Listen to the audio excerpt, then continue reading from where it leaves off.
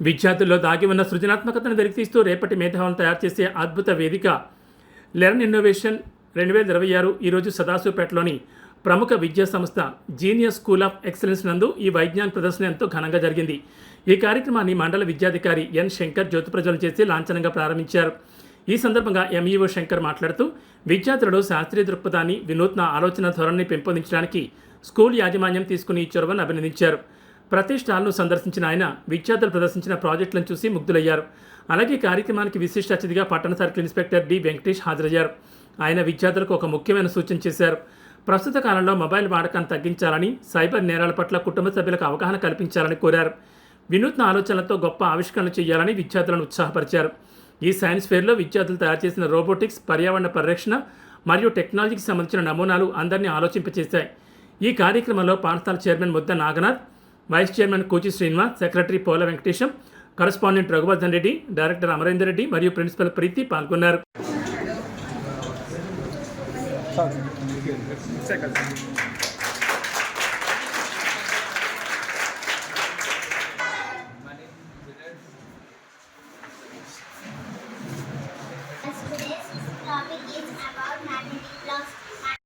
Respected judges, dear teachers, proud parents and my lovely students, it gives me immense pleasure and great pride to welcome you all to the wonderful Genius Innovation 2026 talent and the bright future of our students.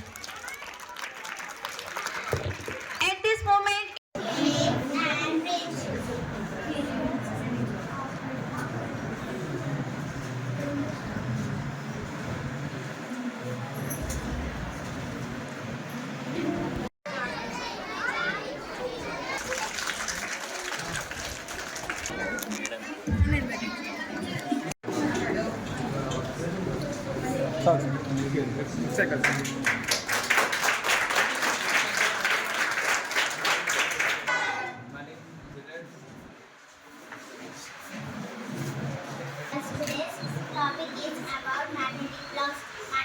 respected judges, dear teachers, proud parents and my lovely students, it gives me immense pleasure and great pride to welcome you all to the wonderful Genius Innovation 2026 talent and the bright future of our students.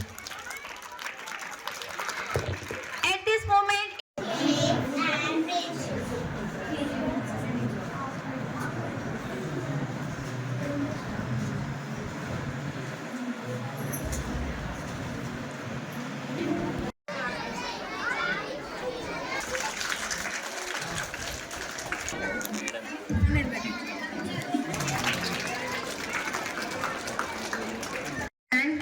Namira Fatima from चतुर्भुजं प्रसन्नवदनं पद्मार्कं गजाननं विष्णु गुरुदेव महेश्वर गुरु साक्षात् परब्रह्म दीपं ज्योतिं परं ज्योतिं दीपं ज्योति झुदे आत्मज्योतिश्वर गुरु साक्षात् परब्रह्म तस्मै शुभं वरदे कामरूपिणी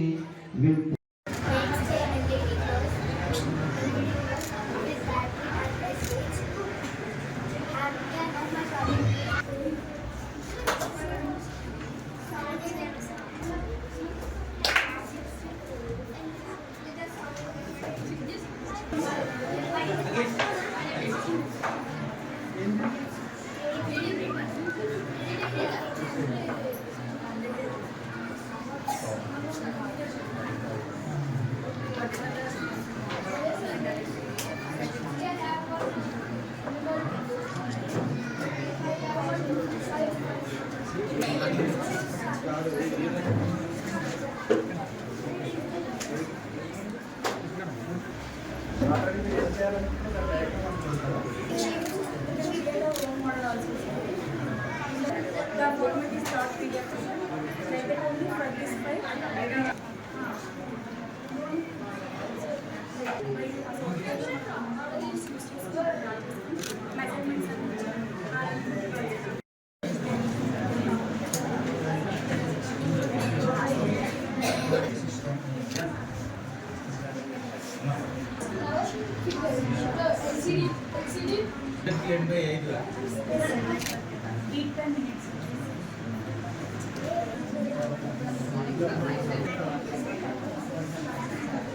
our project managers remote control tasks. Components used are base, motor module,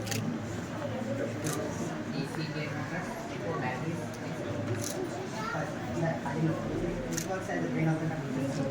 And programming.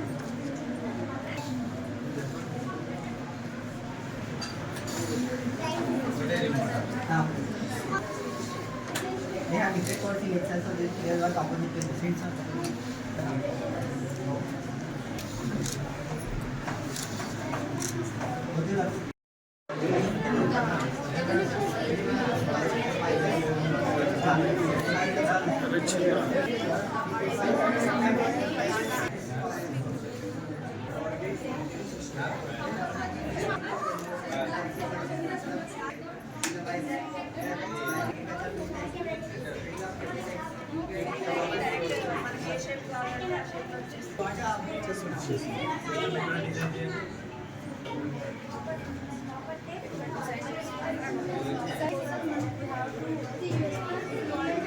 మాట్లాడతారు, ఇంట్లోకి వెళ్ళి మాట్లాడతారు, ఇంట్లో నేర్చుకుంటారు, బయట వచ్చి మాట్లాడతారు.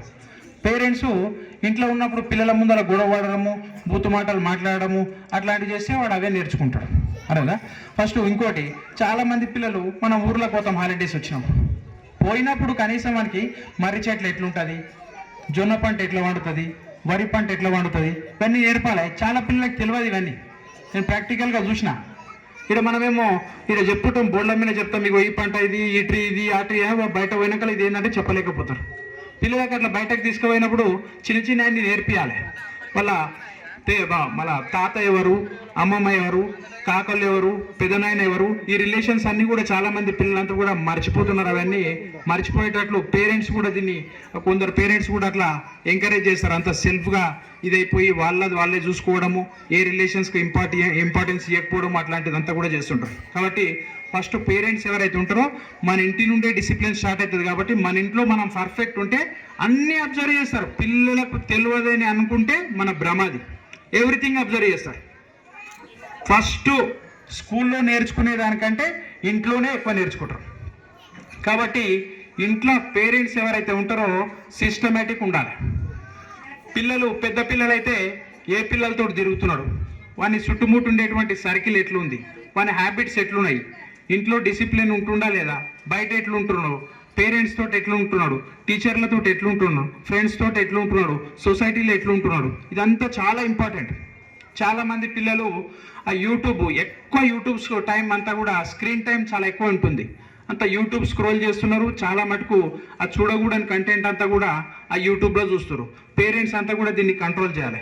అదేవిధంగా ఇక్కడికి వస్తే ఇక్కడ 9th క్లాస్ పిల్లలు, ఫస్ట్ నుండి నర్సరీ నుండి 9th క్లాస్ పిల్లల వరకు అందరు కూడా ఉన్నారు. ఇక్కడికి వచ్చినప్పుడు చిన్న పిల్లలు LKG, UKG, 2nd, 3rd, 4th, 5th వీళ్ళందరూ కూడా ఈ స్కూల్లో మినిమం డిసిప్లిన్ ఏంది ఫస్ట్ నేర్చుకోవాలి. చదువు తర్వాత అదే వస్తుంది, చదువు అంతా అదే వస్తుంది. ఇంకోటి ఏంటంటే ఈ బుక్కులలో మనం నేర్చుకుంటున్నటువంటి పాఠాలు మనకు జీవితంలో ఎట్లా యూజ్ అవుతాయి, ఏ విధంగా పనికొస్తాయి, ఆ పాఠాలు మనకు జీవిత పాఠాలు నేర్చుకోవాలి. మనం లైఫ్లో పైకి రావడానికి జీవిత పాఠాలు అనేవి చాలా అవసరం. స్కూల్లో పాఠాలు మీ టీచర్లు అంతా కూడా చెప్తున్నారు. బయట మనం పోయినప్పుడు జీవిత పాఠాలు మనని రేపు పొద్దున మంచి స్థానంలో నిలబెట్టాలంటే మన అలవాట్లు ఏమున్నాయి, మంచి అలవాట్లు ఉండాలి. పొద్దున లేవగానే ఫిజికల్ యాక్టివిటీ చేయాలి. ఏంది, ఎవరికి ఏ రెస్పెక్ట్ ఇవ్వాలి. మీకంటే అందరు పెద్దోళ్ళే కదా, ఇక్కడ మీకంటే అందరు కూడా చాలా పెద్దోళ్ళు. కాబట్టి మీ స్కూల్లో పనిచేసే ఆయా కానీ, మీ టీచర్ కానీ, మీ లెక్చరర్, మీ ప్రిన్సిపల్ కానీ, తర్వాత మీ డ్రైవర్ కానీ, మీకు హెల్ప్ చేస్తున్నటువంటి ఎవరైనా సరే వాళ్ళందరికీ రెస్పెక్ట్ ఇవ్వాలి. కంపేర్ చేస్తుంటారు చాలామంది. నేను చూసిన, నేను పేరెంట్స్ని మార్కులతోటి కంపేర్ చేస్తారు. వాళ్ళకి ఇన్ని మార్కులు వచ్చినాయి, మీకు ఇన్ని మార్కులు వచ్చినాయి. అప్పుడే ఎల్కేజీ, యూకేజీ, 3rd క్లాస్ పిల్లలు ఏం చదువుతారు, వాళ్ళ నుండి చాలా ఎక్స్పెక్ట్ చేస్తాం, వేసి ప్రెజర్కు గురి చేస్తాం వాళ్ళని మనం. చాలా చిన్న పిల్లలు ఈ పిల్లలు. చాలామంది మెచ్యూరిటీ వాడు ఇంటర్మీడియట్, డిగ్రీ అయిపోయి బయటికి వచ్చిన తర్వాత అప్పుడు కొంచెం మెచ్యూరిటీ వస్తుంది దానికి. అప్పటి వరకు ఏం మెచ్యూరిటీ ఉండదు. ఈ పిల్లలతోటి మనము చాలా ఎక్స్పెక్ట్ చేస్తాం. అంత ఎక్స్పెక్టేషన్ ఉండొద్దు, కానీ వాళ్ళకి ఫస్ట్ డిసిప్లిన్ నేర్పియాలి. యాజ్ ఏ పేరెంట్స్గా మన రెస్పాన్సిబిలిటీస్ ఏంటంటే వాళ్ళకి ఫోన్ ఇవ్వద్దు. ఒకటి పేరెంట్స్కి చెప్తున్న ఈ మాటలు, phone at any cost phone ఇవ్వద్దు. చాలామంది పిల్లలు వాళ్ళ పేరెంట్స్ యొక్క ఫోన్లో ఇన్స్టాగ్రామ్ ఐడి క్రియేట్ చేస్తారు. చాలామంది పిల్లలకు 9th class 10th class 8th class even 3rd class పిల్లలకు కూడా ఇన్స్టాగ్రామ్ ఐడి ఉంది. నేను రీసెంట్గా ఎల్లారం విలేజ్కి పోయినా, మన సదాశివపేట మండలి ఎల్లారం విలేజ్కి పోయినప్పుడు అక్కడ ఒక పిల్లోడు 3rd క్లాస్ పిల్లోడు, వాని Instagram ID mister Bunny Yadav. అర్థమైందా? అంటే పేరెంట్స్ పిల్లలకి ఇట్లా ఫోన్లు ఇస్తుండ్రు, వన్ కంట్రోల్ ఉండదు. ఆ స్క్రోల్ చేస్తుంటారు పిల్లలంతా, ఆ ఫోన్లో అన్నెసెసరీ కంటెంట్ అంతా కూడా చూస్తారు. అది చూడకుండా చూసుకోవాలి. ఫస్ట్ ఫోన్ ఇవ్వద్దు, వాని గ్రౌండ్కు పంపండి. పొద్దున లేవగానే ఏదో ఒక యాక్టివిటీ, ఫిజికల్ యాక్టివిటీ, ఏదన్నా ఆట ఆడని, ఏదో ఒక ఆట గ్రౌండ్లో ఉండాలి. ఏం ఆట ఆడకుంటే కనీసం పొద్దున పూట ఎండనన్నా తగులుతుంది వానికి. గ్రౌండ్కి పోతే కనీసం పొద్దున ఎండనన్నా తగులుతుంది, ఏం యాక్టివిటీ చేయకుంటే, ఫిజికల్ యాక్టివిటీ ఒకటి. తర్వాత సెకండ్ థింగ్ ఏంటంటే, పేరెంట్స్ కొందరు ఇంట్లోనే పిల్లల ముంగల కొట్లాడతారు, గొడవ పడతారు. వాడు అది నేర్చుకుంటారు.